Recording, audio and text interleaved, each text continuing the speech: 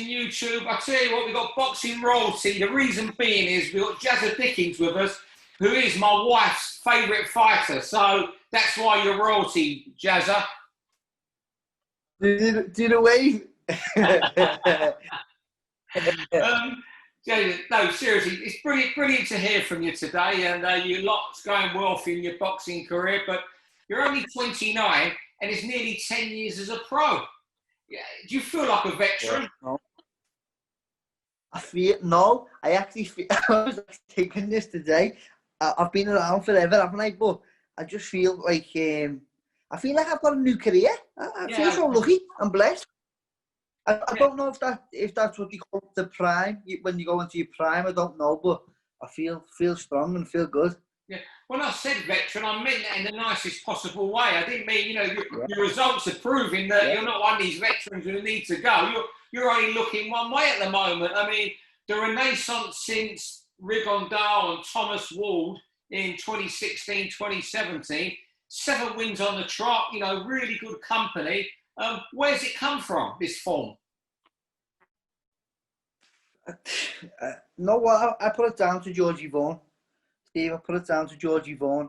I had great years at the Everett Red Triangle, but gratitude and respect for my coaches there, who was Paul and Michael Stevenson. But I've came to Derry and Jerry Matthews and Georgie Vaughan. It's just a great team. It's like, yeah, it's great. I hand it to him. I'm first and foremost, I hand it to God. All along them losses, Steve, when I'm losing, I haven't had a win for 2 years on the bounce.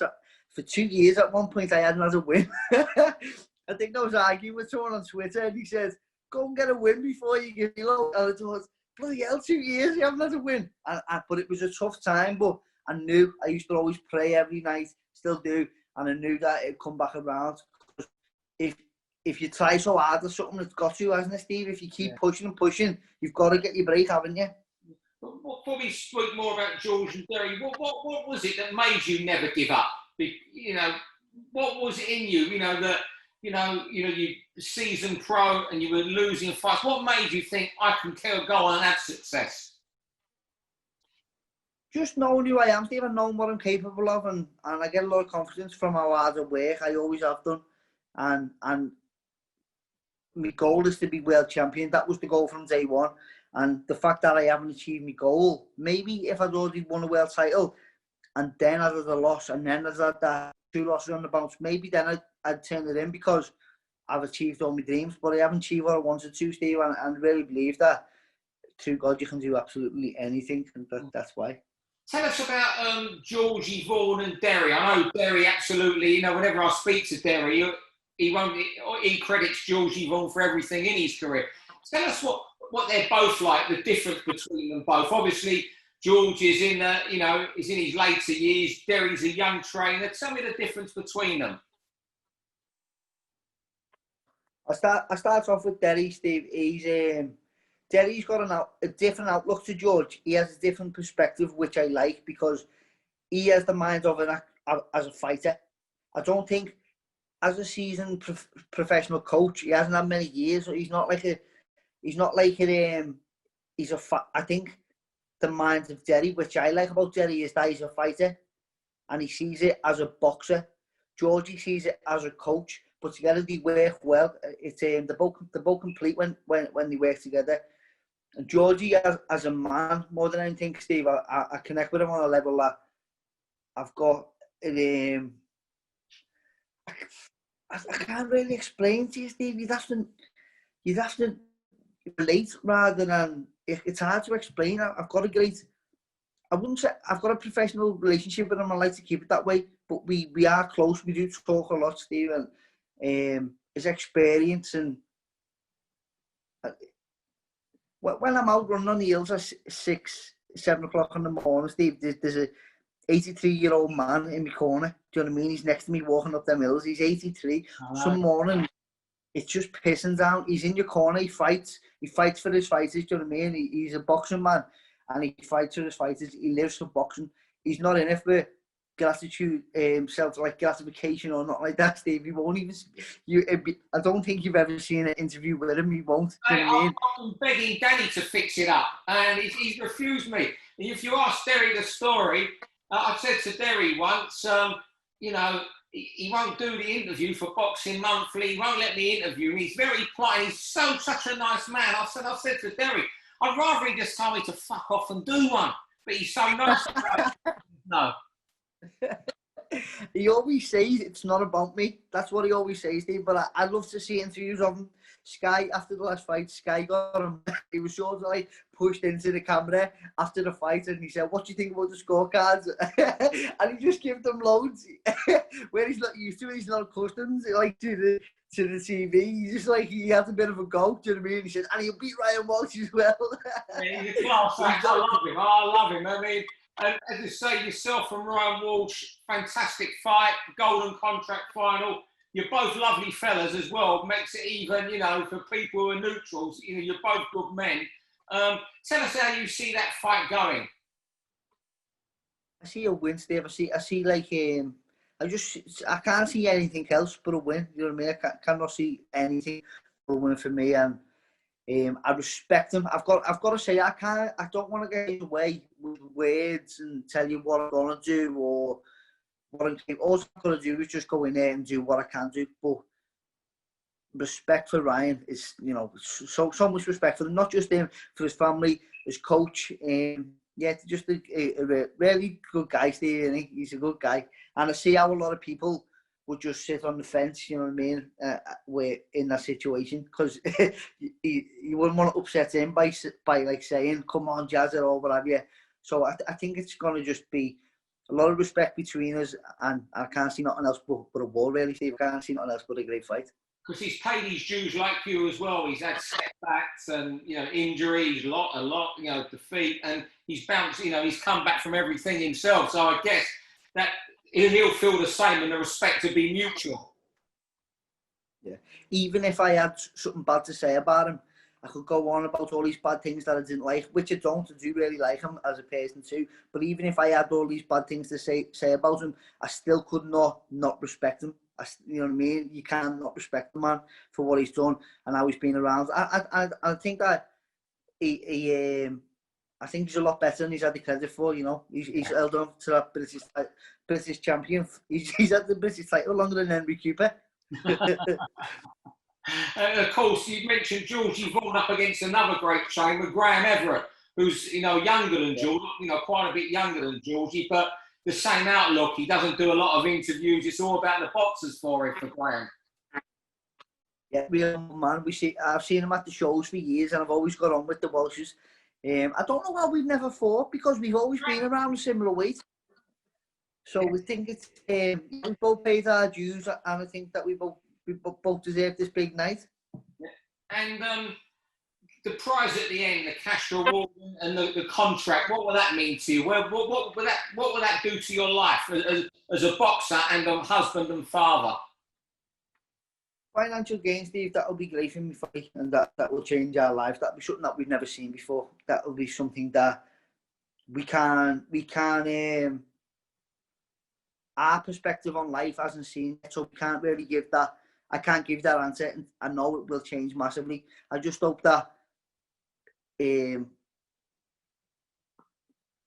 know, I just don't want to get carried away with anything financial, Steve. It's not my goal. I don't want to get that. Don't want to make that the my thoughts. But the opportunities that will come off it, that's what I fight for. When I'm saying every morning, when you say, like, you know, when you have your thoughts, why are you doing this? I'm doing this for my kids. Yeah, I'm doing it for my family. But I also fight to keep fighting, because you can only have so many losses in boxing, Steve. And I've already had 3. So I always train so hard so I can keep fighting, because it's my passion, because I love it, and want to win a world title. I always train to keep fighting. That's my goal, to keep on fighting, and it only gets bigger and better from here.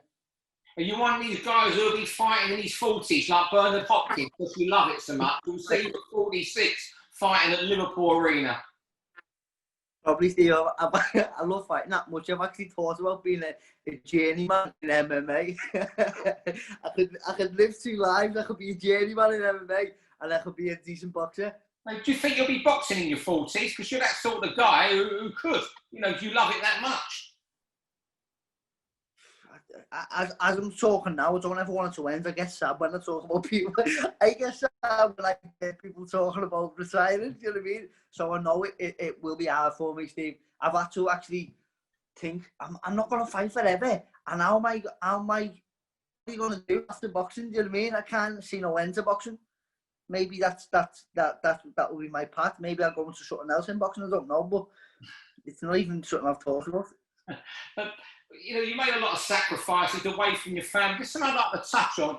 The experience when you went to, was it Miami you were living in and fought in the Dominican when you had that few months? Was it last year or 2018 when you went away? Well, what was the thinking behind that? Because I thought you were going to stay over there for your fights. What happened there?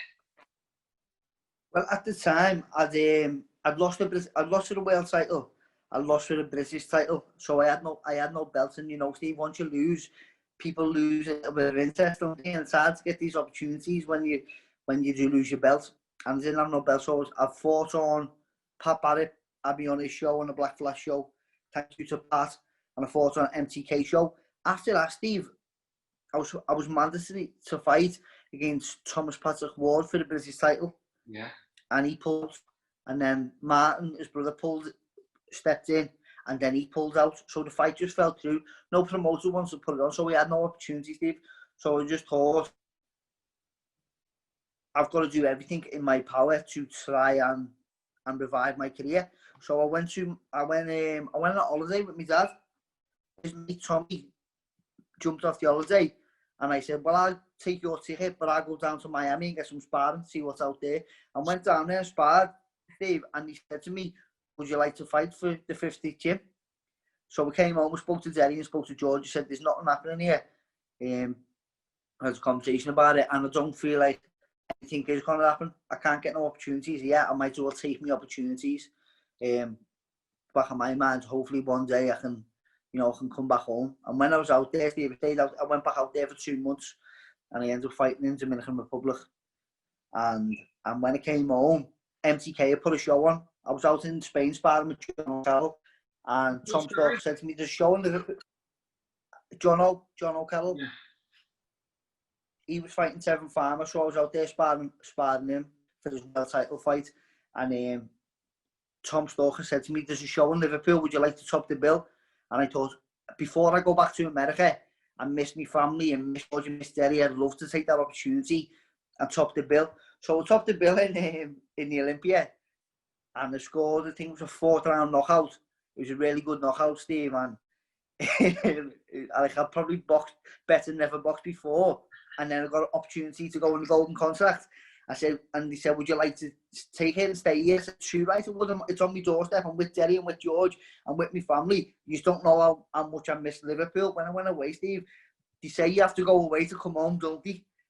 I miss Liverpool, my city, so much. Just the people. Although it was a lovely place, it weren't my place. It was lonely for me, but it was a beautiful place. But it was lonely for me, Steve. So it was great to be back home with my girl, and my kids, and my coaches, and the ball's just been rolling from there. We fought Nathaniel May. We won the European IBF European title, and then we boxed Carlos Ramos, who's the EU EBU champion, and then we just boxed Lee Woods, who was the Commonwealth and WBO champion. So now we've got 2 belts. Should have been 4 because we beat them last opponents, but yeah, we're flying again. And just going off boxing, talking about your family life with your dad. It's well documented what your dad went through with booze and everything, drugs and everything. What's it like for you when you went to Miami with him and he's standing up in front of 10,000 people, sharing his story, his AA story, his NA story? What means the most to you? Winning a world title or seeing your dad do that?